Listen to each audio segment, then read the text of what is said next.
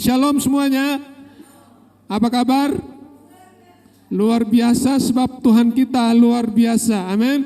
Baik, hari ini kita akan sama-sama belajar firman Tuhan. Saya belajar, Bapak Ibu belajar, dan kita mau mendengarkan dengan baik, merenungkannya, dan kita juga akan melakukan firman Tuhan. Amin. Karena kata firman Tuhan yang berbahagialah mereka yang merenungkan firman Tuhan dan melakukan firman Tuhan dalam kehidupannya sehari-hari.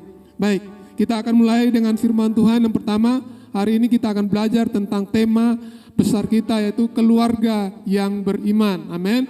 Keluarga yang beriman. Pertanyaan saya, ketika kita datang ke tempat ini atau sebelum kita menjadi orang percaya, apakah kita pernah melihat Yesus atau menyaksikan Yesus disalibkan? Tidak. Kenapa kita ada di tempat ini? Oleh karena modalnya cuma karena kita hanya percaya bahwa Yesus Kristus telah mati di atas kayu salib, dikuburkan, bangkit, dan sekarang berada dalam kerajaan surga untuk mempersiapkan tempat bagi mereka yang percaya kepadanya. Itu karena kita beriman kepada Tuhan. Itulah sebabnya juga kita pada hari ini kita harus bersyukur kepada Tuhan kalau sampai hari ini kita masih beriman kepada Tuhan. Karena bukan sebuah hal yang mudah untuk mempertahankan iman di tengah-tengah masa yang sukar. Amin. Banyak orang Kristen yang kehilangan imannya di tengah-tengah masalah yang dihadapi. Banyak juga keluarga Kristen yang meninggalkan imannya oleh karena tantangan-tantangan hidup. Baik secara ekonomi maupun kesehatan maupun hal-hal yang lain, mereka meninggalkan Tuhan. Kenapa? Karena mereka tidak sanggup menghadapi tantangan kehidupan. Apalagi seperti orang hidup di kota-kota besar atau di tempat-tempat yang sulit, mereka bisa melakukan berbagai macam cara untuk hidup. Tetapi keluarga Kristen yang benar adalah keluarga Kristen yang selalu mengandalkan Tuhan di dalam setiap kehidupannya. Amin. Kita percaya setiap jemaat, setiap kita yang hadir pada pagi hari ini, kita harus bersyukur kepada Tuhan. Oleh karena apa? Karena Tuhan memberikan kepada kita kekuatan untuk percaya kepada Dia. Amin. Tuhan memberikan kepada kita iman untuk kita terus percaya kepada Dia meskipun kita sedang menghadapi tantangan kehidupan yang tidak mudah. 2 tahun terakhir ini kita diperhadapkan dengan pandemik yang sungguh-sungguh membuat banyak orang takut. Banyak orang berpikir bahwa selesailah hidupnya. Tetapi buktinya apa? Pemeliharaan Tuhan tetap ada dalam kehidupan kita. Buktinya apa? Tuhan tetap memberikan kepada kita iman, memberikan kepada kita pengharapan, memberikan kepada kita kasih-Nya setiap saat, sehingga hari ini saya dan saudara bisa hadir beribadah kepada Tuhan. Itu semua tentang Tuhan. Amin. Semua karena kebaikan Tuhan, bukan karena usaha manusia, bukan karena kita bisa dan gagah, tetapi semua karena anugerah Tuhan. Kita akan bersama-sama belajar tentang firman Tuhan, tentang keluarga yang beriman. Ya, pastikan keluarga kita sudah beriman kepada Tuhan. Amin. Pastikan. Kalau belum ada keluarga kita belum beriman kepada Tuhan, contohnya suami kita belum beriman kepada Tuhan, doakan sungguh-sungguh istri kita belum percaya kepada Tuhan, doakan. Anak-anak kita mungkin mereka meninggalkan Tuhan, mereka belum percaya kepada Tuhan Yesus sebagai Tuhan dan Juru Selamat, pastikan mereka diselamatkan. Karena apa? Tugas dan tanggung jawab keluarga adalah membawa keluarga dan isi rumahnya untuk percaya kepada Tuhan. Tidak ada alasan. Semua keluarga suatu saat nanti harus ada di rumah Bapa bersama-sama. Amin. Tidak ada yang satu di tempat yang lain, satu di neraka, satu di surga. Satu tinggal di bumi. Ya. Baik. Kita akan baca satu ayat di dalam kitab 2 Korintus 5 ayat yang ke-7. Ya, 2 Korintus 5 ayat yang ke-7 dikatakan, sebab hidup kami ini adalah hidup karena percaya, bukan karena melihat. Amin. Apakah ciri-ciri keluarga yang beriman? Yang pertama, hidup karena percaya, bukan karena melihat. Jadi kita hidup sehari-hari, kita harus hidup karena kita percaya kepada Tuhan sebagai Tuhan dan Juru Selamat kita. Dalam Ibrani pasal yang ke-11 ayat ke-6 dikatakan, tetapi tanpa iman tidak mungkin orang berkenan kepada Allah. Tanpa iman, berarti kita harus beriman kepada Allah. Allah yang mana? Allah di dalam Kristus Yesus, bukan Allah yang ada di gunung-gunung, bukan Allah yang ada di tempat-tempat yang lain, tetapi Allah di dalam Kristus Yesus. Ibrani jelas sekali, tetapi tanpa iman tidak mungkin orang berkenan kepada Allah. Sebab barang siapa berpaling kepada Allah, ia harus percaya bahwa Allah ada dan bahwa Allah memberi upah kepada orang yang sungguh-sungguh mencari Dia. Amin. Allah memberi upah kepada semua kita yang sungguh-sungguh percaya kepada Tuhan. Jadi tidak ada alasan buat kita buang-buang waktu kita datang beribadah pada hari ini. Buang-buang waktu kita memuji, menyembah Tuhan. Buang-buang waktu kita berdoa. Tidak. Kenapa? Karena Allah memberikan upah kepada mereka yang sungguh-sungguh mencari Dia. Berarti yang tidak sungguh-sungguh mencari Dia dapat upah enggak? Ini syaratnya sungguh-sungguh loh. Berarti yang separuh hati dapat upah enggak? Enggak. Sungguh-sungguh, mutlak. Hati kita harus sungguh-sungguh kepada Tuhan. Hati kita, hidup kita harus sungguh-sungguh kepada Tuhan. Karena apa? Tuhan memberikan upahnya kepada orang kudusnya. Paulus berkata, hidupku adalah bagi Kristus dan mati adalah keuntunganku. Amin. Itu artinya Paulus memberikan pesan kepada gerejanya bahwa ketika kita ikut Tuhan, habis-habisan ikut Tuhan. Amin. Ketika kita melayani Tuhan, habis-habisan untuk melayani Tuhan. Ketika kita berada dalam sebuah keluarga Kristen, jadilah keluarga Kristen yang beriman sungguh-sungguh kepada Tuhan. Karena upahmu besar menanti, kata firman Tuhan. Kalau kita di dunia ini kita bekerja, kita mendapatkan upah, betul? Kita senang. Kita bekerja di perusahaan-perusahaan, kita mendapatkan upah dari perusahaan. Dan itu menyenangkan. Tetapi upah yang ada dalam dunia ini upahnya sementara, Bapak Ibu. Hari ini ada, besok bisa enggak ada. Tetapi upah yang Tuhan beri adalah upah yang kekal. Yang hari ini ada sampai selama-lamanya, tidak akan pernah habisnya. Itu sebabnya selama kita masih ada di bumi ini, kita harus mendedikasikan hidup kita, mempersembahkan tubuh kita. Dalam Roma pasal yang ke-12 ayat pertama dikatakan, persembahkanlah hidupmu sebagai apa? Persembahan yang hidup. Hidup dulu. Terus kudus dan berkenan kepada Allah. Itu adalah ibadahmu yang sejati.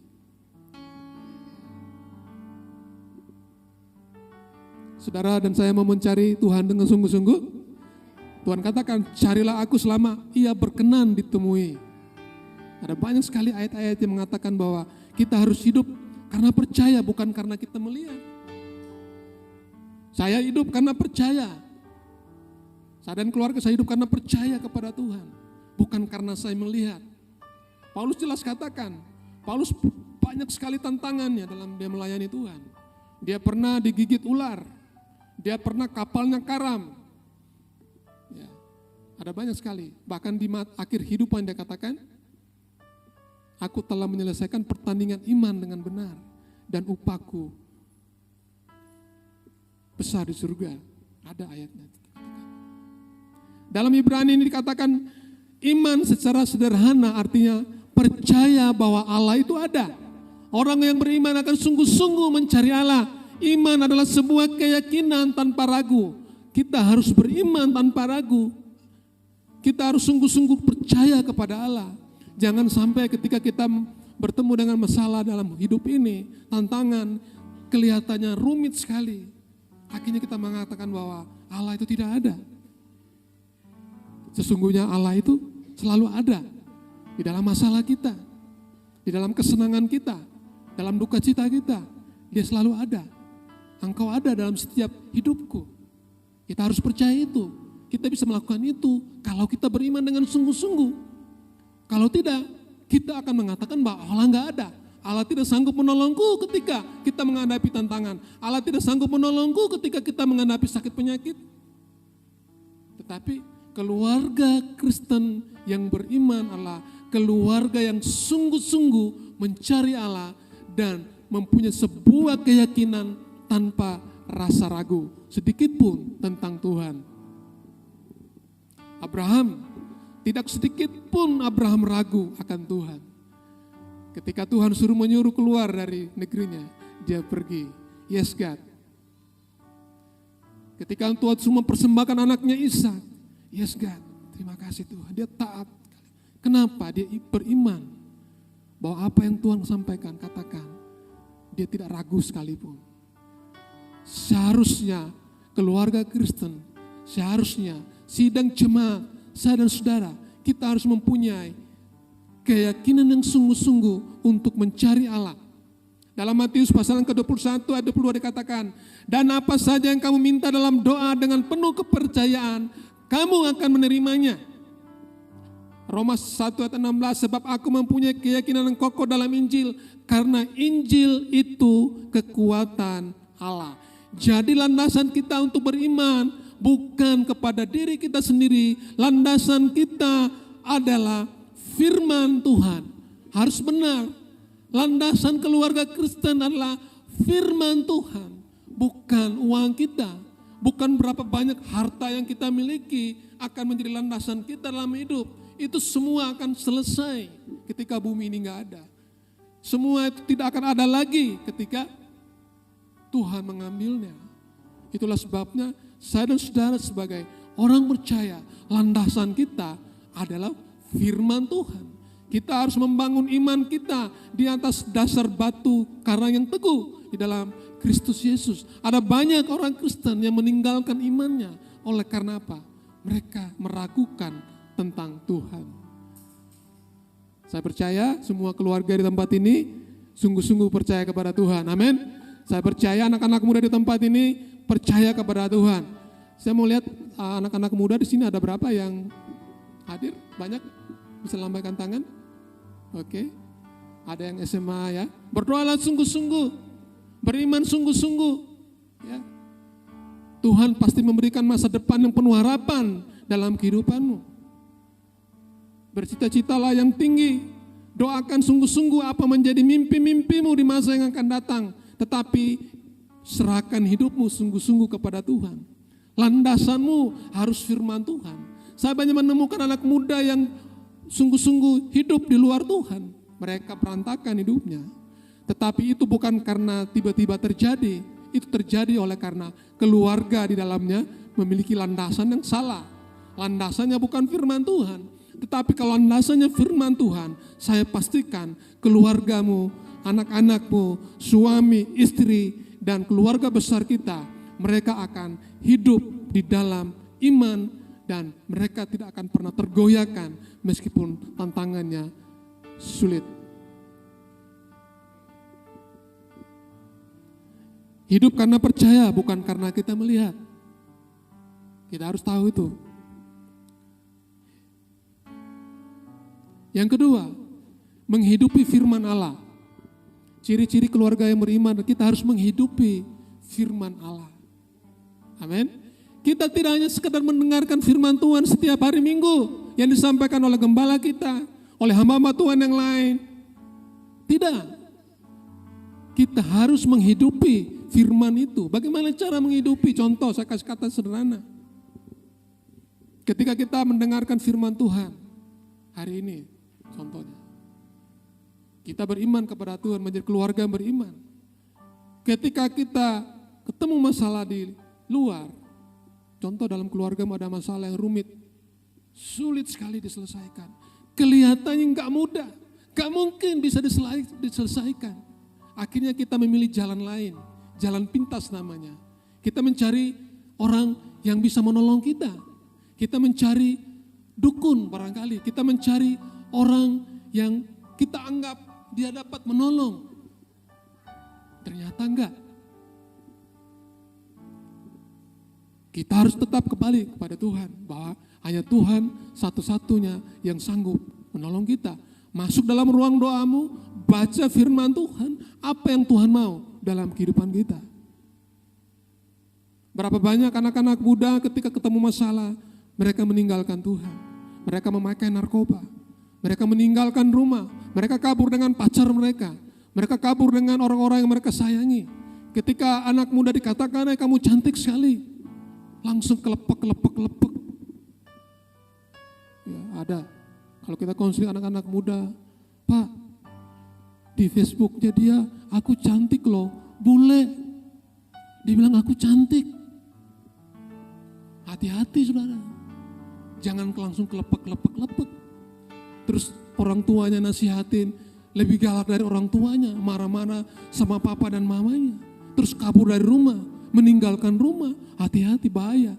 Saudara sedang berada pada jalan yang salah.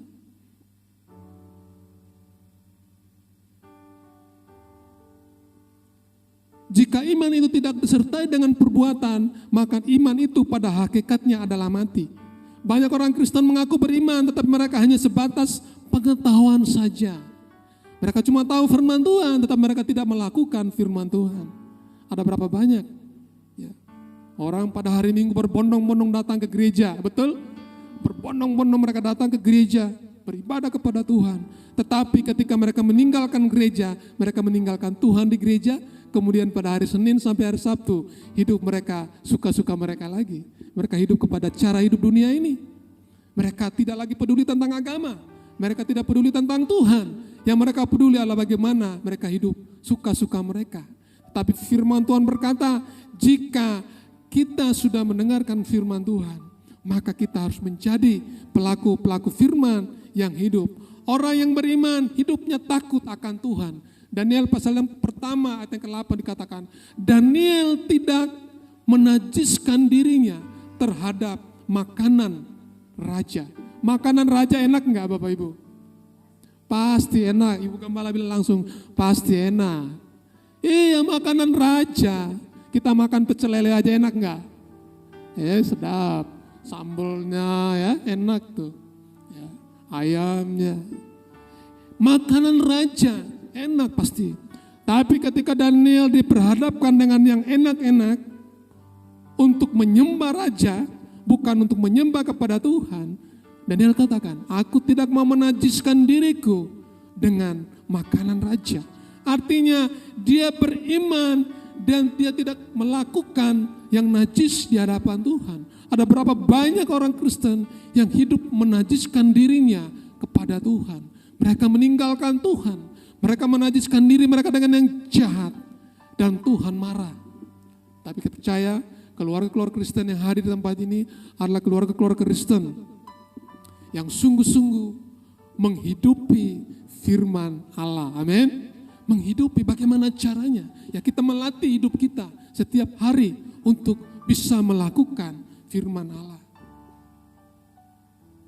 Ketika kita keluar dari tempat ini, mungkin ada orang yang sedang membutuhkan bantuan, ada orang-orang miskin, ada pemulung, ada orang-orang jalanan yang kira-kira mereka perlu dibantu dengan uang kita, mungkin 5.000, 10.000, tidak langsung membuat kita menjadi orang yang miskin, menjadi jemaat yang miskin ketika kita memberikan mereka.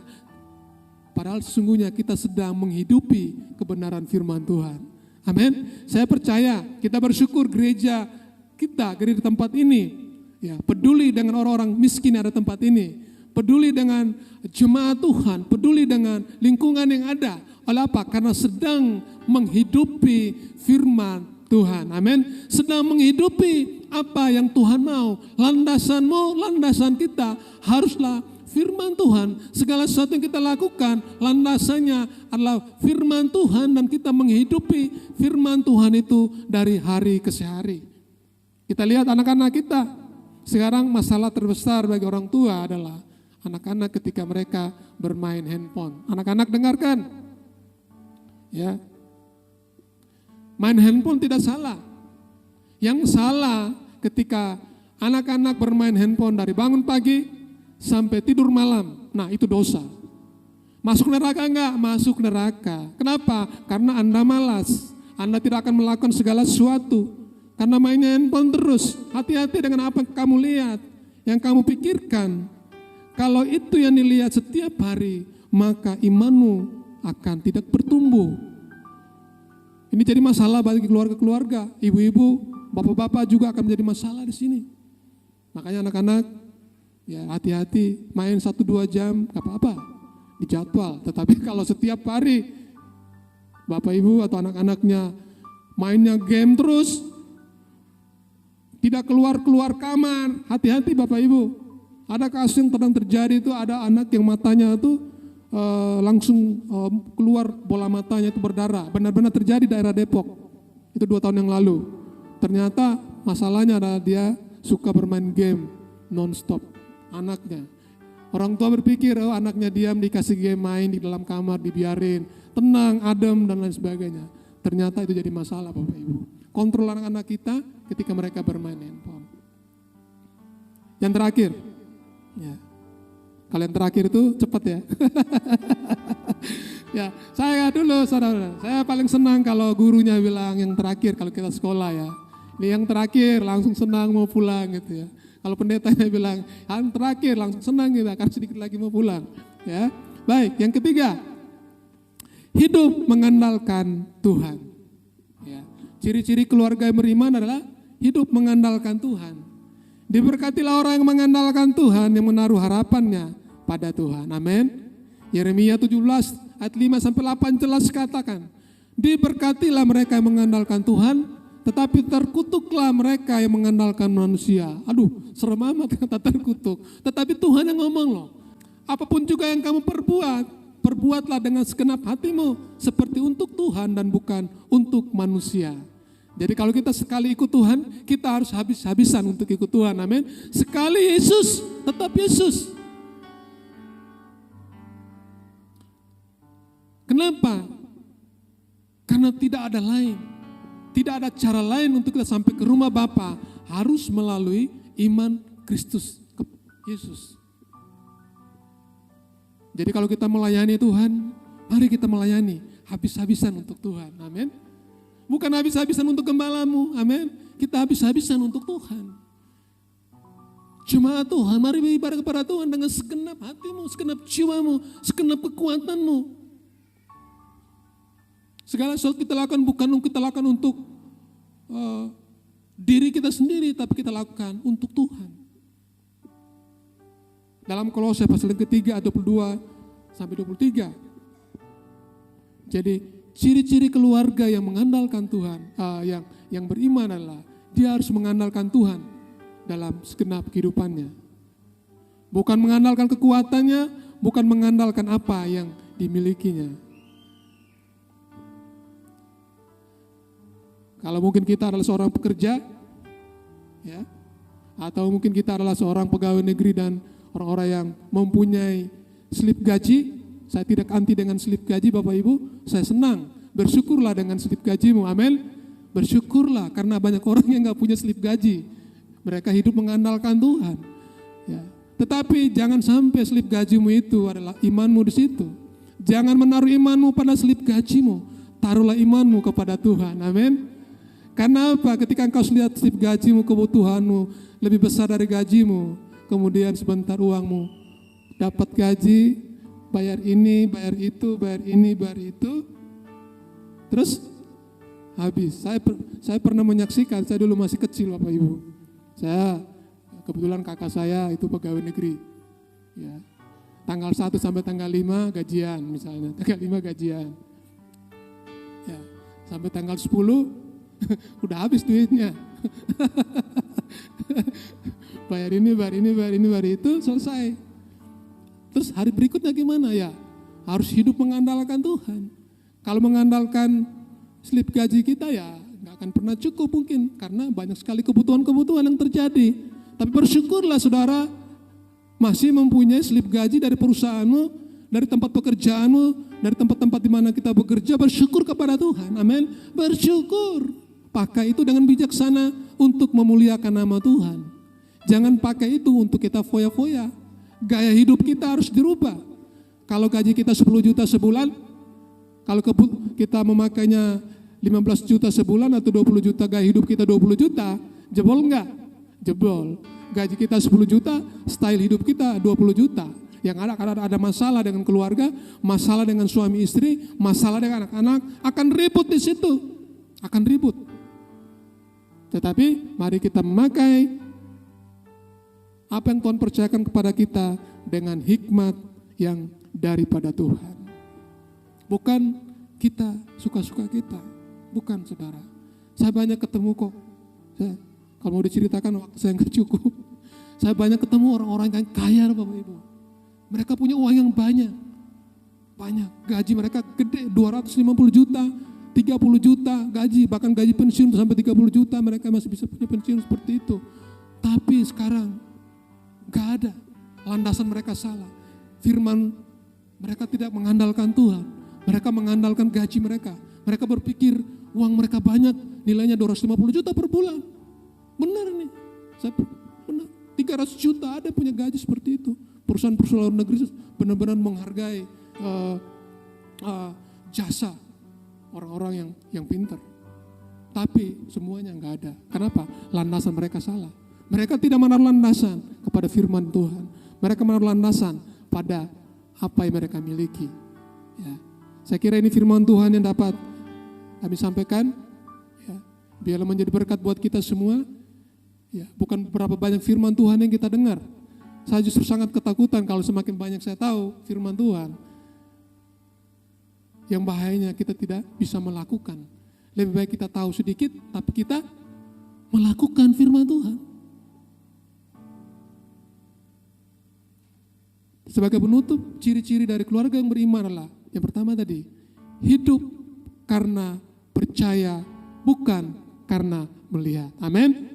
Hidup kita karena percaya, bukan karena kita melihat. Yang kedua, keluarga yang menghidupi firman Allah. Ketika saudara pulang dari tempat ini, bukan cuma sekadar mendengarkan firman Tuhan, tetapi menghidupi firman Tuhan, melakukan firman Tuhan. Kalau tadi kita mengambil keputusan yang salah tanpa kita berdoa, sekarang setelah kita mengambil keputusan, kita datang kepada Tuhan, mencari kehendak Tuhan. Keluarga yang hidup mengandalkan Tuhan, itu ciri-ciri keluarga yang beriman. Apakah ketiga ciri-ciri ini ada dalam hidup kita? Apakah ciri yang pertama, kita hidup karena percaya, bukan karena melihat ada dalam hidup kita? Keluarga yang menghidupi firman Tuhan, apakah kita menghidupi firman setiap hari? Atau keluarga yang hidup mengandalkan Tuhan? Kalau ketiga ciri ini ada dalam hidup kita, maka meskipun tantangan ada, badai datang, masalah apapun dalam kehidupan rumah tanggamu, pekerjaan, usaha, anak-anak, keluarga, sebutkan apa masalah yang sedang terjadi di akhir-akhir ini. Tetapi kalau kita mengandalkan Tuhan, kita menghidupi firman Tuhan, kita percaya bukan karena kita melihat,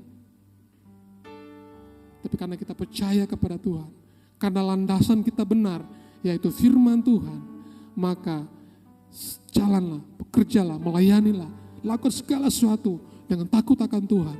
Maka Tuhan akan memberikan kepadamu damai sejahtera, sukacita, iman, pengharapan, dan kasih akan mengikuti engkau waktu masukmu, waktu keluarmu, bersama dengan anak-anakmu, suami, istri, keluarga, dan siapapun yang bersama-sama dengan engkau. Engkau akan berjalan bersama-sama dengan dia tanpa takut karena Tuhan beserta dengan kita. Yang berbahagia ialah mereka yang mendengarkan firman Tuhan pada pagi hari ini, yang merenungkannya serta melakukannya dalam kehidupan sehari-hari. Amin buat firman Tuhan.